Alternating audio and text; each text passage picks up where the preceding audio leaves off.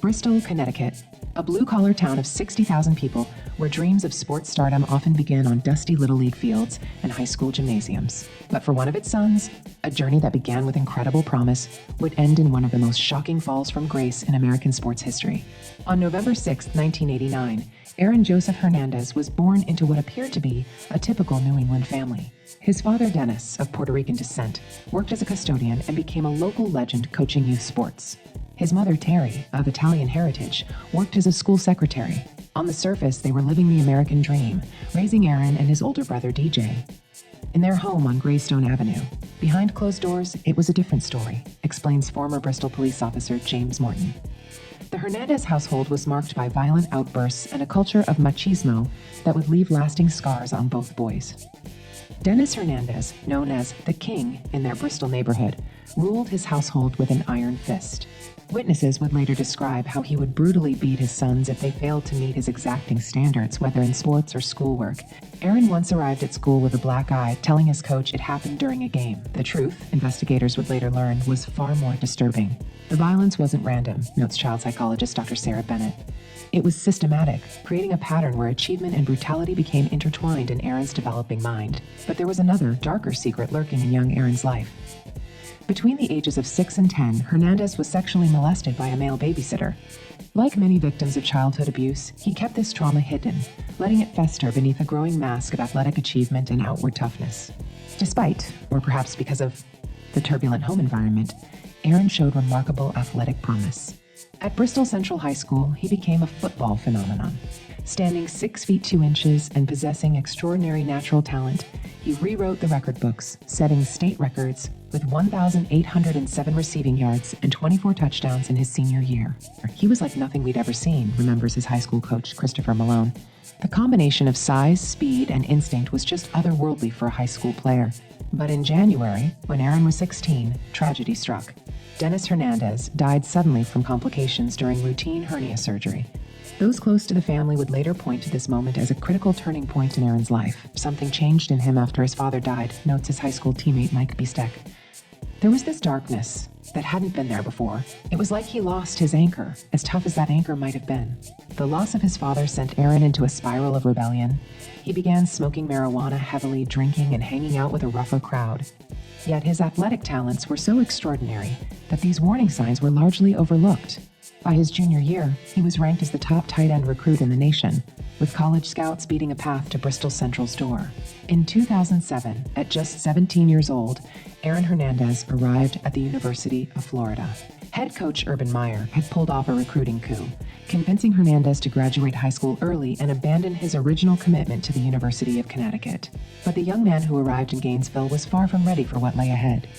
He was a boy among men, recalls former Florida assistant coach John Hevsey. Physically gifted beyond belief, but emotionally, that was a different story. The University of Florida campus in Gainesville presented Hernandez with a perfect storm of temptation and opportunity. Despite being underage, he found easy access to local bars and clubs.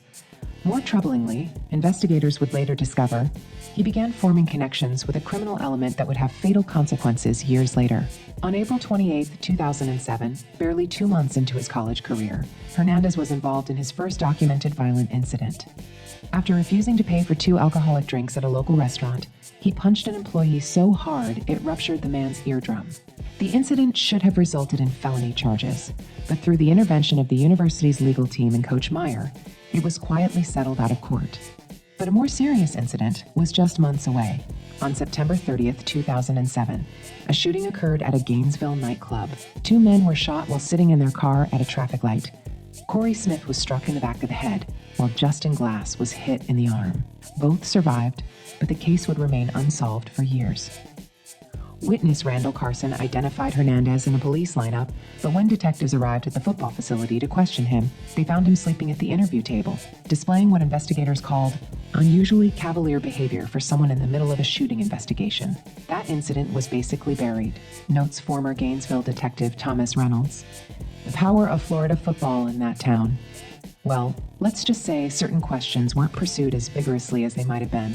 Despite these red flags, Hernandez's athletic career flourished.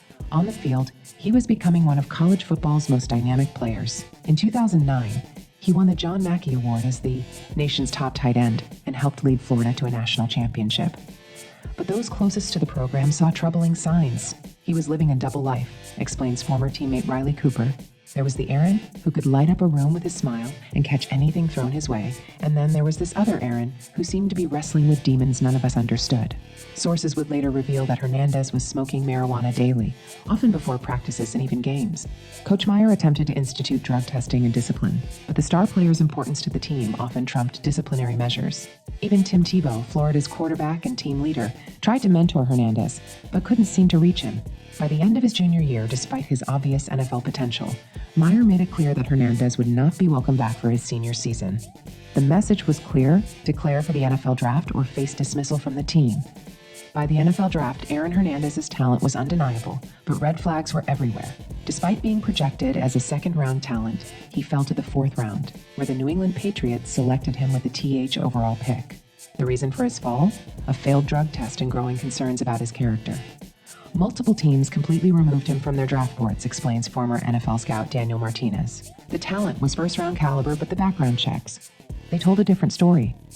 The Patriots, however, saw an opportunity. Just one day earlier, they had drafted another tight end, Rob Gronkowski.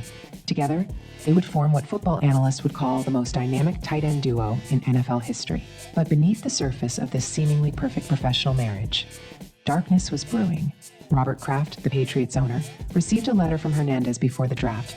He looked me in the eye and said we had absolutely nothing to worry about, Kraft would later recall. To demonstrate their cautious approach, the Patriots structured Hernandez's rookie contract with minimal guarantees, a decision that proved prescient. In Foxborough, Massachusetts, home of the Patriots, Hernandez quickly established himself as one of the NFL's most promising young players. On the field, he was a revelation.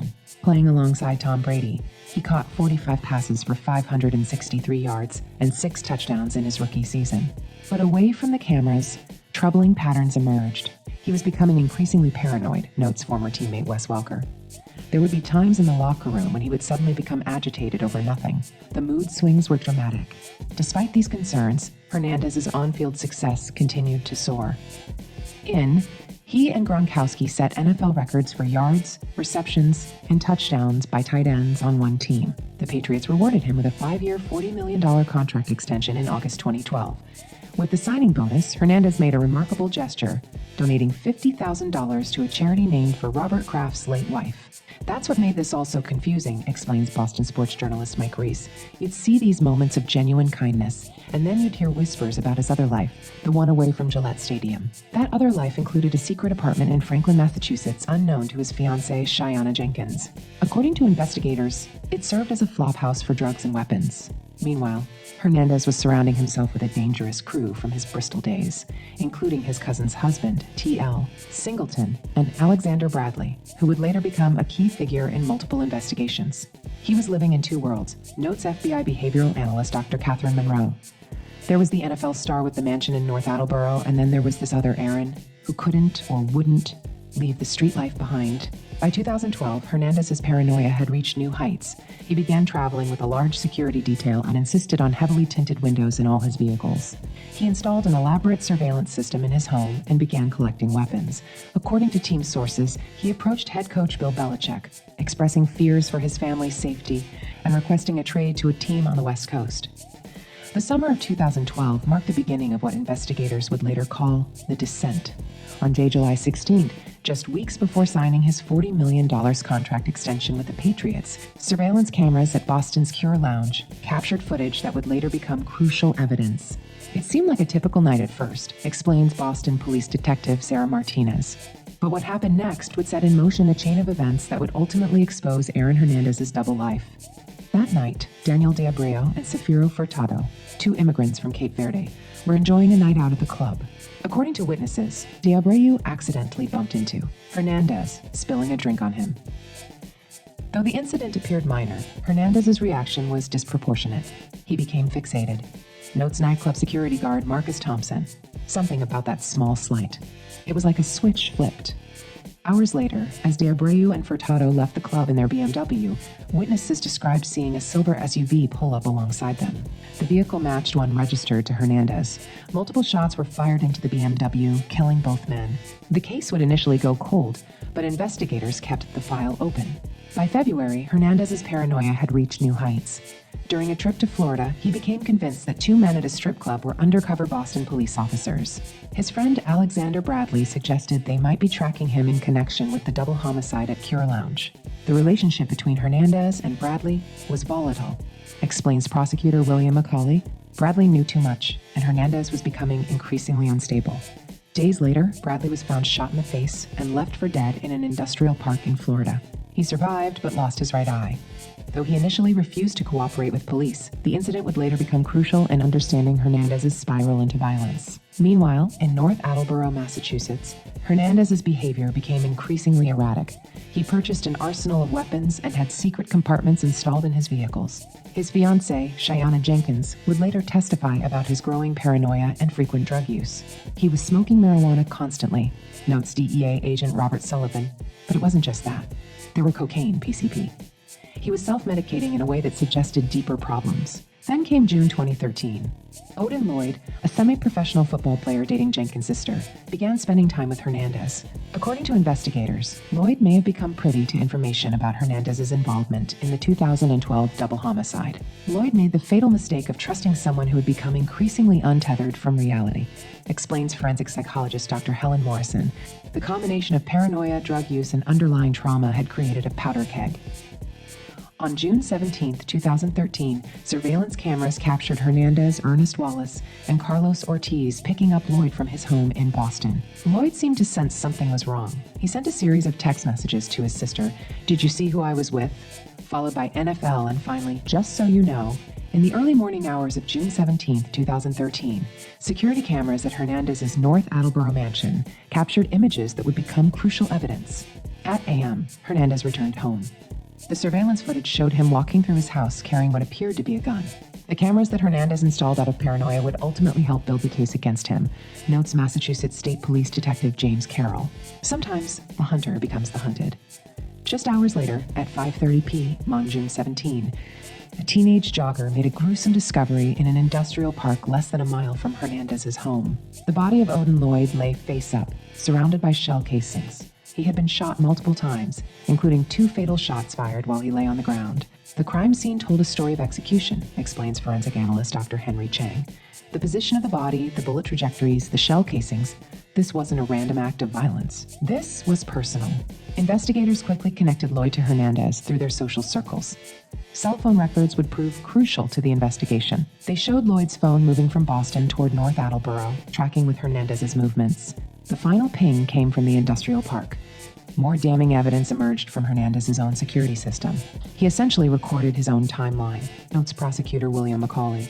We could see him leaving with a gun and returning without one. The system even captured him in his basement reviewing the footage later, clearly concerned about what it showed.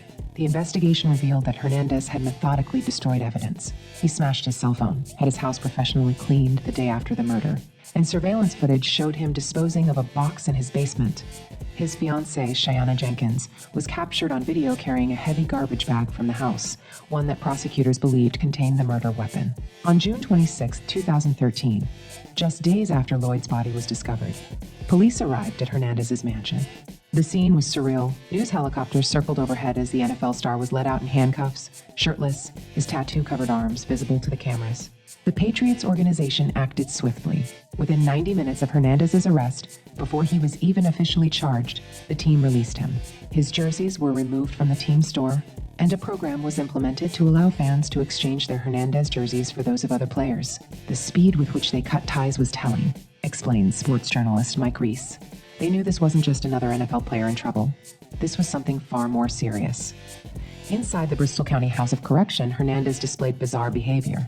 Corrections officers reported he was strangely relaxed, telling his mother in a recorded phone call that he was way less stressed in jail than he had been outside. He adapted quickly to prison life, even getting into fights with other inmates who challenged his status as a former NFL star. The trial of Aaron Hernandez began on January in Fall River, Massachusetts. The courthouse became a media circus, with reporters from across the nation gathering to witness the downfall of a former NFL star. The prosecution had built a methodical case, explains legal analyst Margaret Wilson. But what made it unique was how Hernandez's own paranoid tendencies had created much of the evidence against him. Over 135 witnesses testified during the 9-week trial. The prosecution's case, though largely circumstantial, painted a devastating picture. They showed surveillance footage from Hernandez's own security system, presented cell phone records tracking the movements of both victim and suspect, and detailed Hernandez's elaborate attempts to cover his tracks. The most compelling evidence wasn't just about the murder itself, notes prosecutor Patrick Bomberg. It was about the behavior immediately afterward, the cleaning crew, the destroyed cell phone, the surveillance footage showing Hernandez with what appeared to be the murder weapon just minutes after Lloyd's death. Perhaps most damaging was the testimony of Patriots owner Robert Kraft. He told the jury that when he asked Hernandez if he was involved in the murder, the player claimed he was innocent and said he had been at a club at the time of the killing. Cell phone records would prove this alibi false. On April 15, 2015, after 7 days of deliberation, the jury reached their verdict. Aaron Hernandez, once a rising NFL star with a $40 million contract, was found guilty of first-degree murder. Under Massachusetts law, the conviction carried a mandatory sentence of life in prison without the possibility of parole. But the story wasn't over. While serving his life sentence, Hernandez faced another trial, this time for the 2012 double homicide of Daniel De Abreu and Safiro Furtado. In a surprising turn of events on April, he was acquitted of these murders, though found guilty of illegal possession of a firearm. The acquittal seemed to energize him, recalls prison guard Thomas Sullivan. But something wasn't right. His behavior in the days following was odd.